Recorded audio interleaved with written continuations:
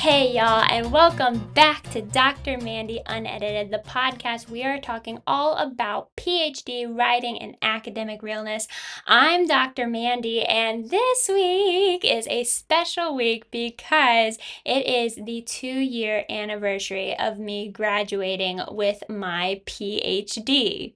So today I want to talk a little bit about what it was like getting a PhD, what being a post-PhD researcher and editor has taught me, as well as some of the chaos in moving from the US to the UK during that time provided. And I also just want to talk about what my goals are for the next 2 years. And so if you are in the PhD process or if you are a researcher, I just hope that this episode will help you really understand all of the possibilities that will be out there for you post PhD. It really is life-changing, and I know a lot of you are, probably at some point of the PhD process wondering, is it worth it? Y'all, it is so worth it, and I'm about to tell you all about why. So let's get into it, shall we? This is all about the goss today. So let's get into a little bit about what led me to the PhD. I was a teacher in the US. I have about 10 years of a background in teaching, but the last 4 years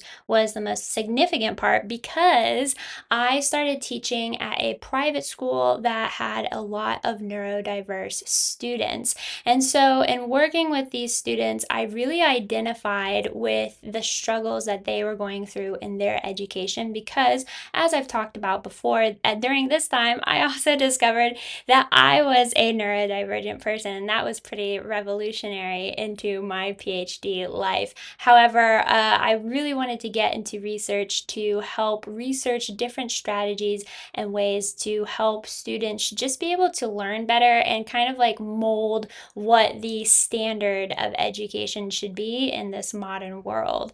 So I started the PhD in early 2021. Of course, look, it was like, all the COVID craze. I know a lot of other people started their PhDs during that time, and in the US especially, the universities are starting to pop off with some online programs, which, yes, my PhD was completely online. The process, I know that there's some kind of different ways and types of PhDs that universities offer. And so the process for me was that, you go through, I think it was probably about 2 and some change years of just coursework, and then you go into actually formulating what your research topic is going to be and spend, the rest of your PhD time writing the dissertation. Now, I know that this can be different for a lot of different schools, especially, kind of in that US versus UK context. Sometimes people go into a PhD with, already having their topic picked out.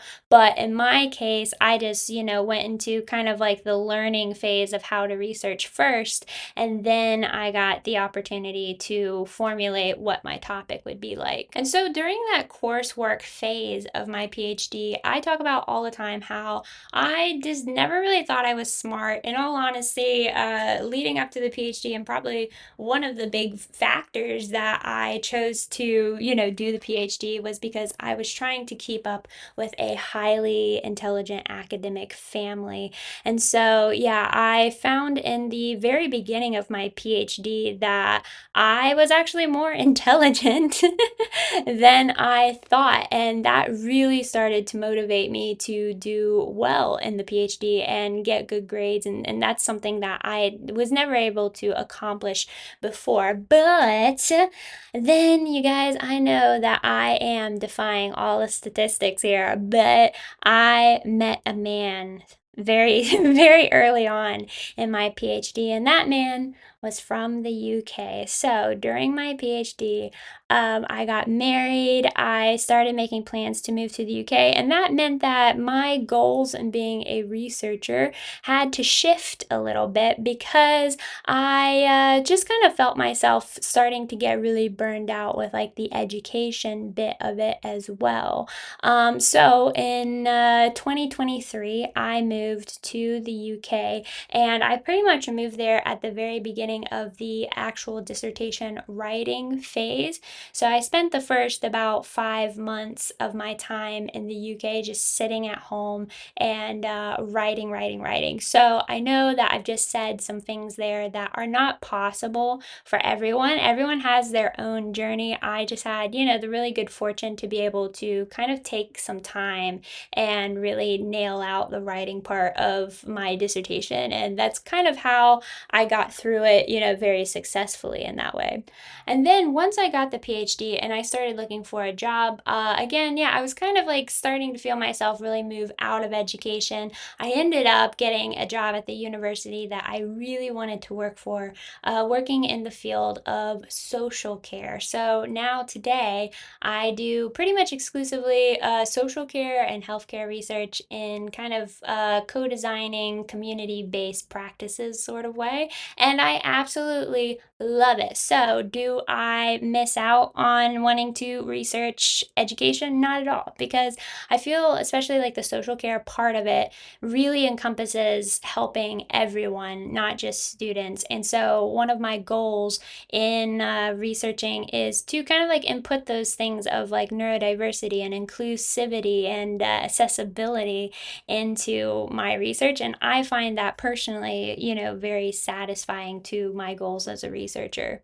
So let's talk about some of the things that I learned during the PhD. I've already alluded to them a little bit, but yeah, I spent most of my life thinking that I was an idiot. I didn't think I was very smart. I'm a two-time university dropout, but I think the way that the PhD program, again, it was online, and the way that it was structured really resonated with me in a way that like I could really find the patterns to be able to, plan my work and do it to the best that I could and be successful in that way. And so, like I also just said, during my PhD, well, I mean, I guess before when I was a teacher, I started to realize that I was likely a neurodiverse person. And so during my PhD, I decided to start experimenting with some of the things that I was telling my students to do to be successful in their educational journey, and apply that to my own life, which started to work out really, really well for me.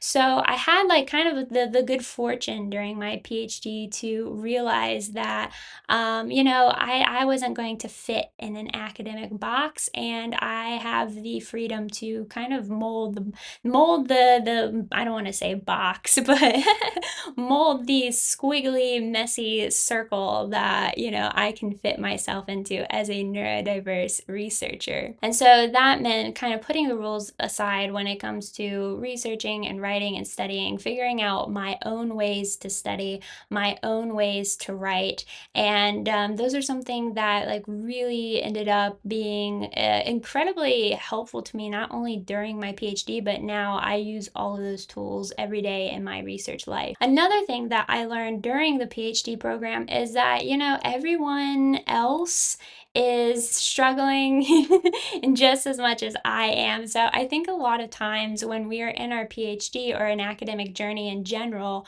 we feel like that there's other people that are being successful. They're doing things so much better than we are. However, just working with my classmates and stuff, I didn't have a cohort or anything like that, but I started to see, that my classmates, they're struggling with, stuff just as much as I am. There really is, no one like dominating the PhD process, so to speak. And so that idea just kind of helped me out mentally to, not compare myself to others, not to worry so much if my discussion post answers were, sounding intelligent enough, or if my papers were good enough. I think that we all have these kind of crazy life circumstances that we are meant to navigate during a PhD, whether it is working a full-time job, or if you have a family or other dynamics that you have to juggle. It really isn't easy for everyone. During, the beginning of my PhD when I was in the US,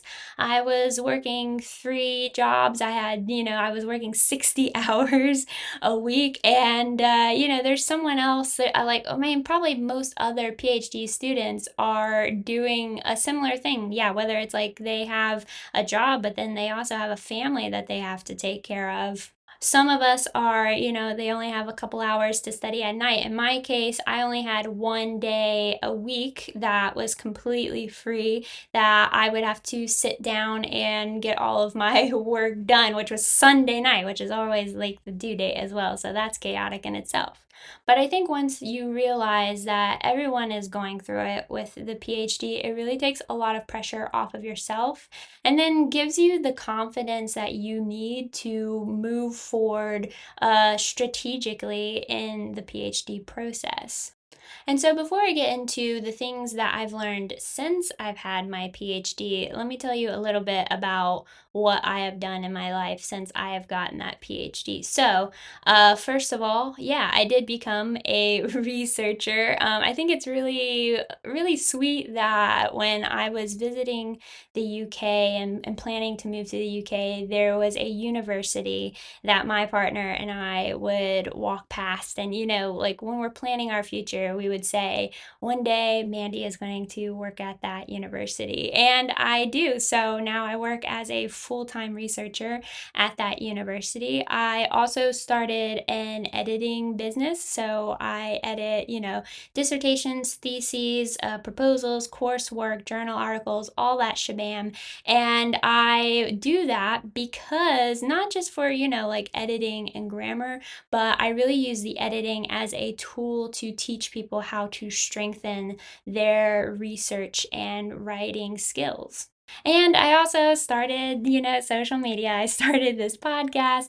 I started TikTok because I really want people to understand that, yeah, the PhD process, the research process, it is your own game. Don't compare yourself to other people. And I also know that from a US perspective, especially, there are a lot of us who feel alone, who feel like we're doing this by ourselves. Like I said, I come from an academic family and I have that privilege of being able to bounce my, research and PhD ideas off of those people. But a lot of people don't. A lot of people out there I know are first generation PhD people, or maybe even first generation graduate school people. And so the social media has been a really great way for me to hopefully share tips with you guys and, just give you that support that you might be lacking either from, maybe you don't have a cohort, or I know a lot of people, not dragging on supervisors, but a lot of people struggle with seeing eye to eye with their supervisors. And I think just like in general, there can be a lot of knowledge, tips, and tools that are just left out that can make your PhD process so much easier. So, here is what I have learned in the past 2 years since being Dr. Mandy. I don't know, that's still just crazy to say, and I can't believe I'm kind of like getting into the realm of being like I guess, like a mid career researcher now. But what I have learned about research is that I say this all the time, and it really is the truth. Collaboration is key in this research world. You really do need to get out there, collaborate with people, go to events, network, and this is something that's really great to start doing before you graduate with your PhD because I have, yeah, gotten more opportunities in research and keeping myself employed since I have, yeah, just collaborated things, go to meetings, even if it's not necessarily in a field that I have delved in yet. I just go to all of that stuff, and then people offer me opportunities. They see my face, they know that I'm eager to go out there and do the research. So I think, in fact, I'm thinking right now, it's like all the projects that I'm working on right now are things that I've got just through, people spreading my name word of mouth rather than interviewing for. So I'm not saying you should not interview. Of course, you're going to have to interview, the first couple of times to get a research project, but just keep that in mind for those of us who are worried about struggling with finding a job post PhD is that, yeah, just knowing who you know can go a really long way in this business. Another thing that I've learned about research and like the PhD process is that it's like a lot of other training things. Like if you go to work or something like that and you do some training, you learn the basics, and then you have that maybe coworker that's been there a lot longer than you that says, "Okay, and now this is how I do it," and then you end up kind of going outside of the rules and the realm that the business might have set out for you to get stuff done. And I think that's kind of what the PhD process kind of has looked like for me. You learn a lot of the rules, you learn how to research, you learn about ethics, and why the process of data collection and analysis are important. But then in the research world, research is so much more malleable, has so much more room to be creative, and so I've really learned that, the things that I have learned from my PhD don't necessarily need to be kept in a box when you research, but those tools are helpful to help you create a creative research project and research kind of outlook. Another big thing that I've learned is that I can take my skills and my tools and use them as an advantage and use them to stand out in research. So like I said, I used to be a teacher, and now I research in social care. And so I use a lot of the tools that I learned in curriculum development and design and teaching to really stand out in the research world by offering engaging inputs, offering a lot of insights into how we can have collaborative conversations. So, even if you are staying in like the same field of research after your PhD, I would really recommend you just think about what makes you unique, whether it's your skills that you've learned from that field, from, like working within that field, or another thing is that I said I discovered that I was neurodiverse in my PhD program. I have ADHD, and so I've learned a lot about the ways that I research don't look like the ways that other people research. And so I think that kind of ends up being a little bit of a superpower for me because I really understand how to make things inclusive and accessible and interesting to not just researchers and academics, but this kind of like collaborative community co-design world that I live in. Now, something that I've learned about editing post PhD is kind of again on that same line.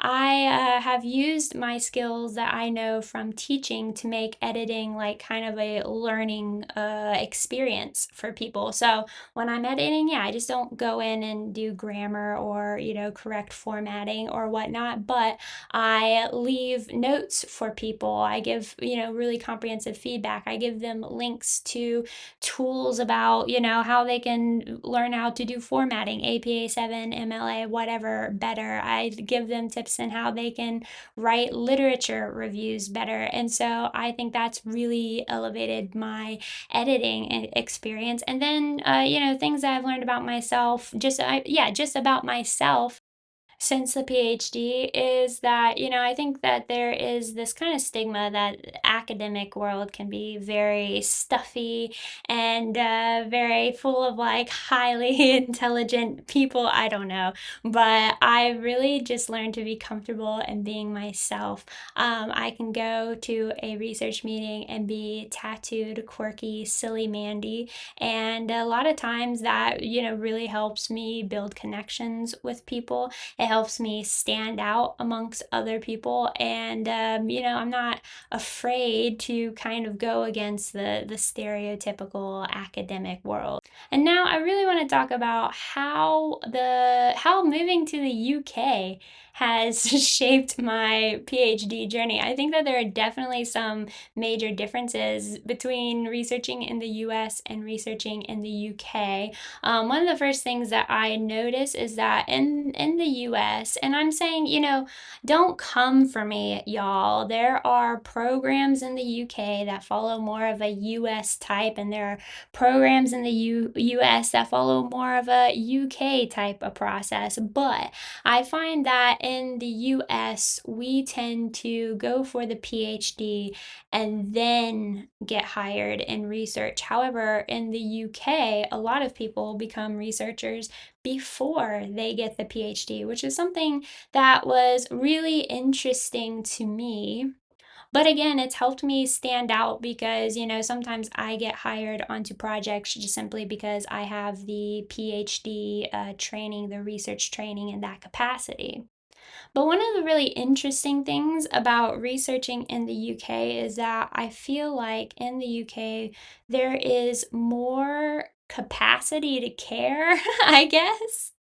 And what I mean by that is that I feel in the US, when we see things like social services and healthcare, there are so many highly politicized, I don't know what the word is. Yeah, but politics play a big role. Money plays a big role in the US. And so I feel like sometimes when I'm researching in the UK and people have a really passion, like they have a passion towards the subject that we're researching, it can be a little bit kind of, it can take me aback a little bit because I really want to care. I really want to care and have the passion about the things that we are researching. However, I think sometimes that American mentality really tells me, like, okay, can I actually care about this? Or are there going to be all of these other, underlying factors involved? If I try to make a difference in something, is it really going to matter? Because from a US perspective, you can care all you want, but this just the climate of the US these days, it's really difficult to actually put those cares and that effort into action in the end.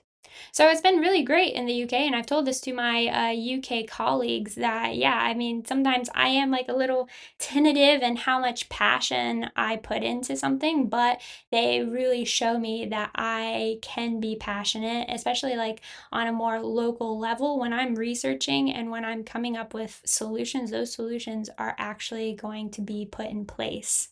I've also learned a lot about how much more caring people in the UK can be. And again, this is not meant to be a dump on the US. And I know people all the time and like on social media and stuff are like, hey, well, we care in the US. However, I think that, people are more understanding in the UK as, just myself as a person and a worker. So I have more room to say, hey, I am neurodivergent and I need A, B, and C to be able to be successful. And my colleagues and my supervisors are like, yeah, okay, we understand. We can give you the tools that you need to be successful. Or if simple things like, oh, do you need a quiet room to sit in for a few minutes? Do you need this email explained to you differently? Do you need like a Teams meeting instead of an email?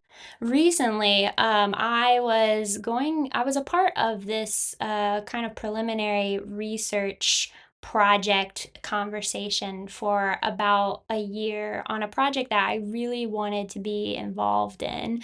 And as time went on, I got into, all this other research stuff. And at the end of the day, I applied to be a researcher in this job, but I really just didn't have the capacity to do it anymore. However, I had put one of my supervisors down as a reference for this job, and they called me up. They were a little bit concerned because I think they thought I was going to, leave my current research group. And I told them it's nothing like that. But instead of, making a case for why I should stay in my current research organization, this person took the time to talk with me about what would suit me best.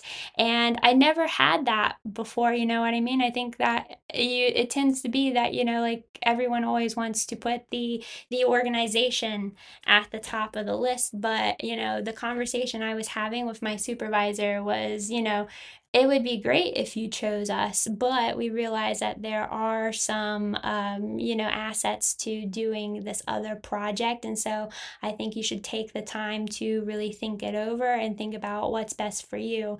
And yeah, I just thought that was really interesting because I just don't think that you would get that kind of same level of care in the workforce in the US. And it was the first time that I had really had a conversation like that with a supervisor or a colleague in my job. So yeah, I'm really happy with like I mean, life just happened. I just so happened to end up in the UK, but I am really happy to be in this atmosphere where people have a lot more tendency to be able to take the time to care about each other and to, make actions towards making that care meaningful.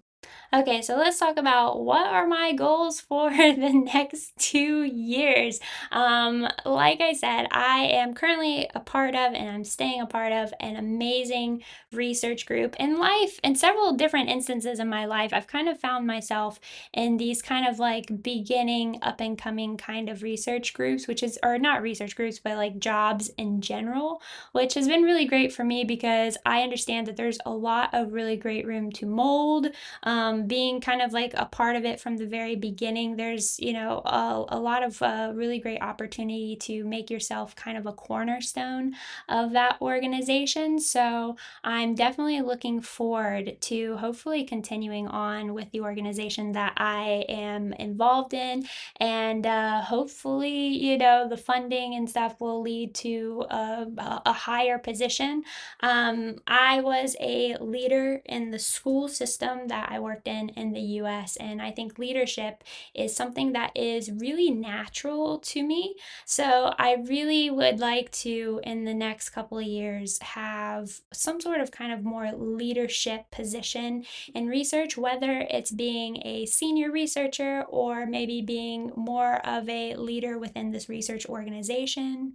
Another big thing that life has taught me is that I am a bit of a wanderer. And so I've spent a lot of time in my life worrying about, security and jobs and money and, really making the mark in certain jobs as well. And so now I'm kind of in this really great place where I understand that all that time that I've spent worrying about a lot of things, and in the end, I've ended up just fine. I've ended up where I wanted to be. Maybe that where I wanted to be was not exactly where I was planning to be. So, I really keep myself open to the possibilities. So that's why I'm saying, like, I would like to be in leadership, but what does that leadership look like? I'm going to kind of keep that open.